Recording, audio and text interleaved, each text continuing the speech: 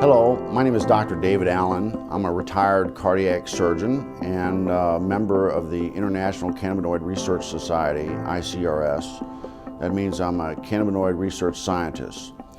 And I'm here to tell you about the discovery of the endocannabinoid system, the ECS, and the significance and how it will change medicine. And we discovered the endocannabinoid system about 30 years ago, and we really didn't understand the significance of its discovery.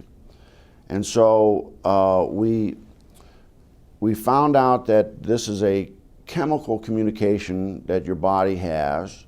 It's not electrical, it's chemical, and it's kind of like the hormone systems that people are familiar with. And your body makes these cannabinoids. They're endogenous, so they're endocannabinoids, and they perform some miraculous functions in the body. And we're just learning the significance of these functions. And basically, the endocannabinoid system is responsible for homeostasis. Most people don't understand what that really means, but it's the body's ability to maintain itself and function in the proper environment.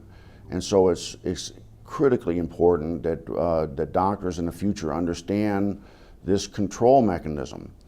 And we're finding out that that manipulation of this endocannabinoid system will control diabetes. It controls cancer.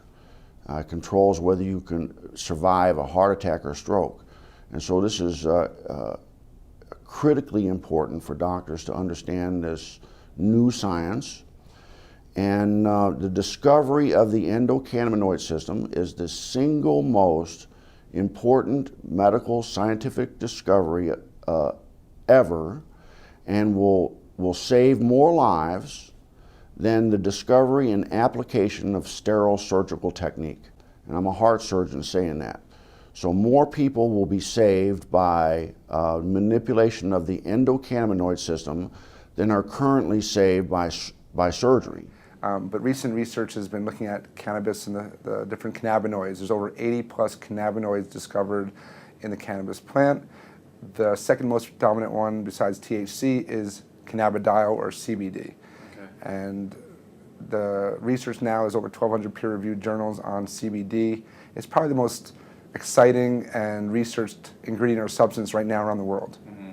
It doesn't have the psychoactive or high that is associated with THC, but it has a tremendous amount of other benefits, including research shows anti-seizure, anti-epileptic, which is why it's gotten a lot of popularity. You do a lot with children with seizure disorders, and they're getting benefits from this plant in a safe, non-toxic way versus all these drugs that typically don't work. Mm-hmm. And there's neuroprotective benefits, so you see a lot with concussions and the NFL. There's a lot of research being done now with chronic traumatic encephalopathy or chronically banging your head a lot.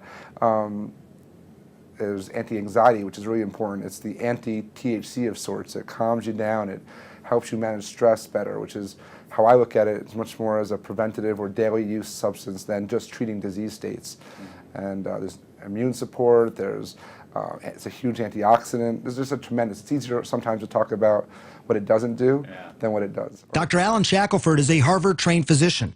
He's also among a handful of doctors in Colorado who give prescriptions for medical marijuana.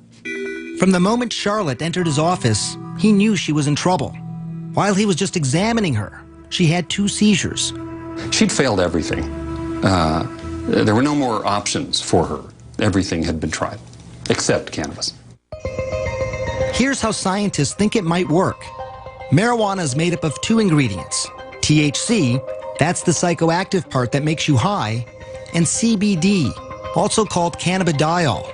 It's the CBD that scientists think modulates electrical and chemical activity to help quiet the excessive activity in the brain that causes seizures. I've been telling my patients to cut. Dr. Julie Holland is the editor of The Pot Book, a complete guide to cannabis. For a long time, the work on cannabis and epilepsy was sort of inconclusive. Maybe it works, maybe it doesn't. They couldn't quite figure it out. And it's only when they really started separating THC from CBD that they saw, definitively, yes, CBD seems to really stop seizures. So In the 1930s, they made tinctures. What were they making the tinctures for, and why were they doing these tinctures? Well, I mean, the medicinal uses of hemp are just numerous. The hemp helps, well, we can talk about the cancer effects of hemp, but it helps with inflammation. It's very anti-inflammatory. It helps with seizures. It's very effective with PTSD for the vets that are coming back that have post-traumatic traumatic stress disorder. Very effective at treating that.